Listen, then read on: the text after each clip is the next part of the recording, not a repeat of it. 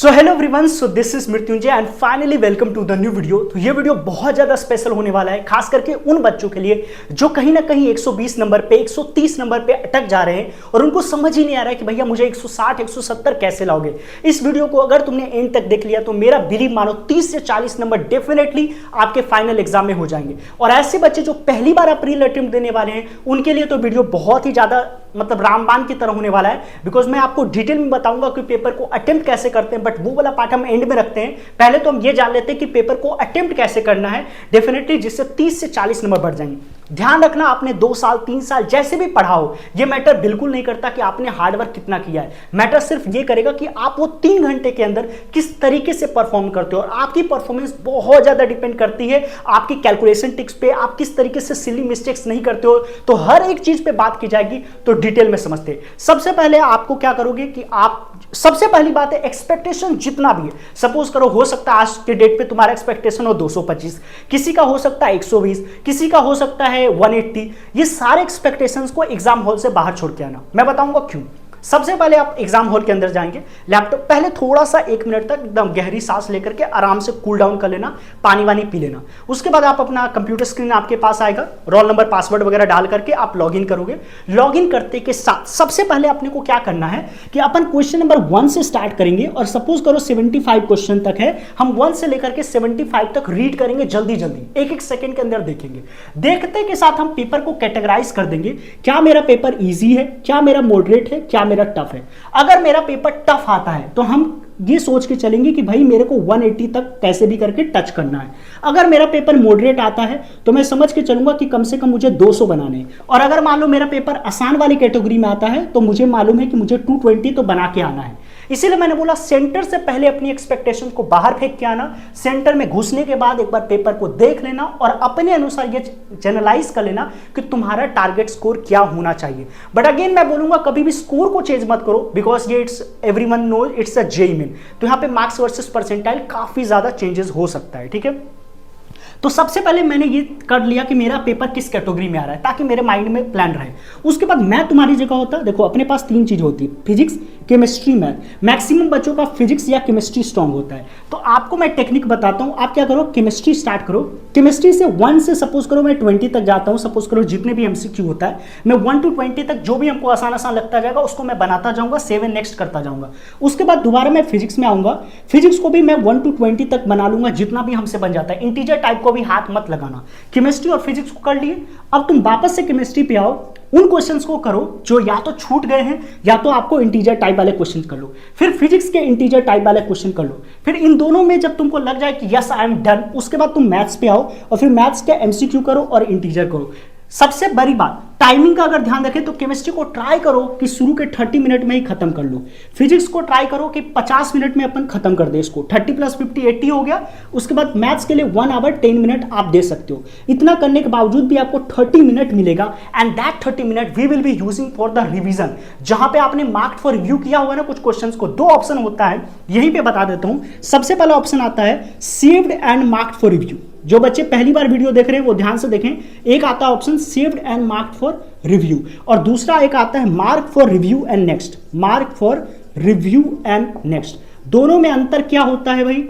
ये वाला जो पार्ट होता है बेसिकली ये वाला पार्ट इवैल्यूएट होता है, मतलब अगर आप ऐसे करके छोड़ दोगे तो अगर गलती से आपने उसको लॉक करना बंद कर दिया तो भी ये इवैल्यूएट हो जाएगा। लेकिन अगर आपने mark for review and next सिर्फ किया तो डेफिनेटली ये लॉक नहीं होगा। तो इस चीज का आप ध्यान रखेंगे कि हर क्वेश्चन को अपन saved and mark for review करें, नहीं तो पता चलेगा आपने पूरा मेहनत करके उसको saved and mark for review किया बट वो इवैल्यूएट ही नहीं हो रहा है। तो इस चीज का आप ध्यान रखेंगे। वीडियो में आगे बढ़ने से पहले 2 अनाउंसमेंट है। सबसे पहले तो अपन ने एक व्हाट्सएप चैनल बनाया, अगर आप इंस्टाग्राम पे हो तो ब्रॉडकास्ट चैनल, और अगर आप इंस्टा पे नहीं हो, इनफैक्ट मैं तो बोलूंगा हर एक बच्चे को व्हाट्सएप का चैनल लिंक बायो में होगा, उसे जल्दी से जल्दी ज्वाइन कर लो, बिकॉज जितनी भी अपडेट आने वाली है काउंसलिंग से लेकर के वो सारी अपडेट आपको वहीं पे मिलेगी। एक छोटा सा और अपडेट है, ऐसे बच्चे जो बहुत ज्यादा टॉपर हैं और उनको लगता है कि आईआईटी एनआईटीज की फीस वो अफोर्ड नहीं कर सकते हैं, तो एक एग्जाम हो रहा है एलपीयू नेस्ट जिसका सिलेबस जेईई में नहीं होता है, तो उसको भी चेकआउट कर सकते हो। मैं ज्यादा प्रमोशन नहीं करूंगा, लिंक आपको पिन कमेंट में मिल जाएगा, जल्दी से यूज कर लो and just give that exam. Okay,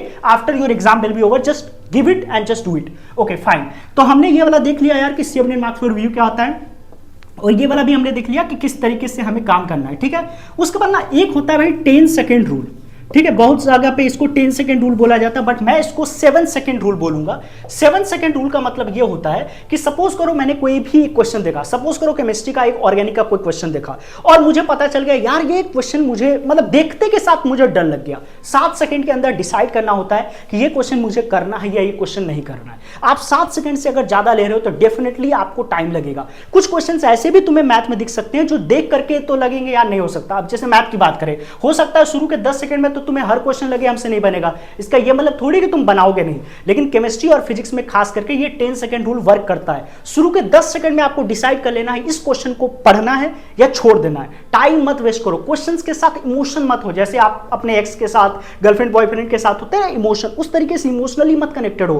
question अगर आपसे नहीं बन रहा है तो क्वेश्चन को छोड़ने की कोशिश करो। जो टॉपर होते, कोई ऐसा बच्चा होता है ना जो 200-250 लाता है, तुम नहीं ला पाते हो, तुम 100-120 में इसीलिए अटक जाते हो बिकॉज तुम क्वेश्चन के साथ इमोशनल हो जाते हो। और एक जो ब्लंडर मैक्सिमम बच्चे करते हैं, इसको मैं मिटा करके बताना चाहूंगा, एक ब्लंडर जो हर एक बच्चा कर रहा होता है, जो आजकल के यूट्यूबर लोग आपको ज्ञान दे रहे होते हैं, दैट इज द सबसे मतलब बोलते हैं ना अपने पैर पे कुल्हाड़ी मारना, अपना ही सर्वनाश कर लेना, दैट इज अ तुक्का। मैंने आज तक एक भी ऐसे टॉपर को नहीं देखा है जो तुक्का वाला स्ट्रेटेजी फॉलो करते। बिल्कुल भी मत करो। ऐसे नंबर लाने से क्या ही फायदा जो आप डिजर्व नहीं करते हो। क्या हो जाएगा उससे, मतलब आईटी बॉम्बे मिल जाएगा? बिल्कुल नहीं मिलेगा। एडवांस में -2 मार्किंग होता है। ये आदत बिल्कुल बेकार वाली है। आप तुक्का सिर्फ तभी मारो जब आपको ऐसा हो जाए कि 3 ऑप्शन को आप एलिमिनेट कर दो, सिर्फ एक ही ऑप्शन पे आपको डाउट है, या मान लो 3 तो चलो ठीक है, मान लो तो 2 ऑप्शन आपको लग रहा है ये तो डेफिनेटली नॉट होगा, 50-50 पे ले सकते हो, वो भी कभी का लिया जा सकता है, केमिस्ट्री वगैरह में लिया जा सकता है। या मान लो कोई ऑप्शन है जहां पे ऑल ऑफ दीज लिखा जा रहा है, तो कई बार ऐसे चांसेस होते हैं कि ये आ जाए। या मान लो कहीं पे बी एंड सी आ रहा है तो इसमें चांसेस होते हैं, बट मान लो बी एंड सी है तो ऊपर सी चेक कर लो क्या सी आंसर आ रहा है, तब हो सकता है कि बी एंड सी वाला क्वेश्चन हो। कई बार ऐसा होता है, बट मैं तो यही बोलूंगा, रिकमेंड करूंगा कि अगर आप टॉपर वाले बच्चे हो तो आप रिस्क मत लो। अगर आपको कट ऑफ के भी बांधे पड़ रहे हैं तभी ऐसे रिस्क लिया जा सकता है, बिकॉज ये सर्वनाश करने वाला होता है और मैक्सिमम बच्चे अपना सर्वनाश यहीं पे कर लेते हैं, ठीक है। उसके बाद कुछ ऐसे टॉपिक होते हैं, जैसे मान लो केमिस्ट्री में मैं टॉपिक की बात करूं आयनिक इक्विलिब्रियम। अब मान लो मुझे पता है कि यार मेरी आयनिक इक्विलिब्रियम अच्छी नहीं है, तो मैं यहाँ पे टाइम मत वेस्ट करूंगा। मान लो मेरे को पता है कि रोटेशनल मैकेनिक्स मेरा अच्छा नहीं है, तो अगर इसका कोई क्वेश्चन दिखेगा तो मैं इसको बाद में करूंगा, वहीं पे एक्सपेरिमेंट करने के लिए नहीं बैठ जाऊंगा। इसीलिए जो उन बच्चों ने अभी तक चीट शीट नहीं देखी है, जल्दी से टेलीग्राम चैनल पर जाओ, चीट शीट को लो, ताकि तुम अपने फेवरेट टॉपिक को पता कर लो। एग्जाम में जाते के साथ समझ में आ जाना चाहिए कि कौन सा टॉपिक को हमें करना है वहां पे और कौन से टॉपिक को छोड़ना है, कौन से टॉपिक को छोड़ना है, ये भी तुम्हारे माइंड में होना चाहिए। शुरू के 10 सेकंड के अंदर you should have cracked it out कि whether I want to do this question और I don't want to do this question, ठीक है। उसके बाद पेपर में मैंने ऑलरेडी बता दिया है कि टाइमिंग अगर आप मेंटेन करके चलोगे तो आपका 2.5 घंटा में पेपर को फिनिश करो, एंड जो लास्ट का 30 मिनट है बेसिकली उसमें तुम पेपर को रिवीजन करो। कैलकुलेशंस करने के लिए हमेशा रफ शीट को यूज करो, ये नहीं कि दिमाग में कर लेंगे, बिल्कुल भी उस मोमेंट पे पता नहीं तुम्हारी मानसिक संतुलन कैसे होगी। कुछ क्वेश्चंस में डेफिनेटली आपने अगर मॉक टेस्ट वगैरह दिया होगा तो इन सब चीजों का ध्यान रखो। क्या वो नॉट तो नहीं पूछ रहा है, which of the following statement are not correct, या कुछ भी, मतलब ऐसे वाले पार्ट को प्लीज अंडरलाइन कर लो। पेपर पे चलो कंप्यूटर स्क्रीन पे नहीं कर सकते, बट ध्यान रखना ऐसे क्वेश्चंस को जहां पे नॉट पूछा है, या कहीं पे भी इस प्रकार के क्वेश्चंस होते हैं ना, खास करके इंटीजर टाइप में वो मैक्सिमम टाइम ऐसे पूछ सकते हैं कि इनमें से कौन होगा। और इंटीजर टाइप में एक चीज हमेशा ध्यान रखना, कई बार ऐसे भी आंसर आ सकते हैं 11.56, जैसा कि लास्ट टाइम भी हमने देखा था कि इस तरीके के ऑप्शंस आ रहे थे। तो अगर वो मान लो इंटीजर टाइप में क्वेश्चंस पूछ रहा है तो डेसिमल टाइप निकाल कर देखना, ठीक है। एंड कैलकुलेटर्स वगैरह तो मेरे ख्याल से अलाउड नहीं होता है, तो पेपर पे रफ कर लेना। कैलकुलेशंस ज्यादा गंदी नहीं होती, खास करके मैथमेटिक्स में थोड़ी बहुत लेंदी हो सकती है, बट केमिस्ट्री फिजिक्स में डेफिनेटली इतना ज्यादा कुछ भी नहीं होता है, ठीक है। एंड उसके बाद जैसा मैंने बताया कि एमसीक्यू वाले क्वेश्चंस को पहले करना, न्यूमेरिकल इंटीजर्स को लास्ट में कर देना, है ना। न्यूमेरिकल इंटीजर्स थोड़े बहुत खतरनाक हो सकते हैं, बट केमिस्ट्री में तो खास करके हो जाते हैं। नेगेटिव मत करना, बस नेगेटिव से बचोगे ना, मतलब तुम वहां से लौट करके आओ, तुम एग्जैक्ट बता सको कि तुम्हारे कितने स्कोर आ रहे हैं, ठीक है। एंड मेरे ख्याल से बाकी चीजें तो मैंने ऑलरेडी, जितना भी था मैंने ऑलरेडी बता दिया है, ठीक है। तो इतना ही बताना है, अगर आप इन सब चीजों को करके जाते हो तो डेफिनेटली आपके अच्छे स्कोर आ जाएंगे। बिलीव मी, ये 3 घंटे डिसाइड कर देंगे कि तुम्हारा आगे की होने वाली लाइफ कैसी होने वाली है। क्या तुम किसी टॉप की आईआईटी और एनआईटी में अपना लाइफ बिताओगे, या किसी ऐसे ही प्राइवेट से कॉलेज में अपनी जिंदगी पूरा बिताने वाले हो। तो बिलीव मी, इस वीडियो को दोबारा देखो, सारे पॉइंट जैसे मैंने बताया उसी तरीके से अटेम्प्ट करना। एंड व्हाट्सएप चैनल को ज्वाइन कर लेना, इंस्टा ब्रॉडकास्ट को ज्वाइन कर लेना, टेलीग्राम पे नहीं हो तो ज्वाइन कर लेना, और एलपीयू नेस्ट का एग्जाम दे देना, लिंक बायो में होगा। एंड 1 लाख की स्टडी ग्रांट है जो कि आपको ले लेनी चाहिए अगर आप टॉपर वाले कैटेगरी में आते हो। ठीक है, मैं आपसे मिलता हूं दूसरे वीडियो में। एंड प्लीज लाइक करें एंड टारगेट स्कोर जरूर लिखते जाना कि मेरा इस एग्जाम में ये टारगेट स्कोर है, एंड सब्सक्राइब। Thank you.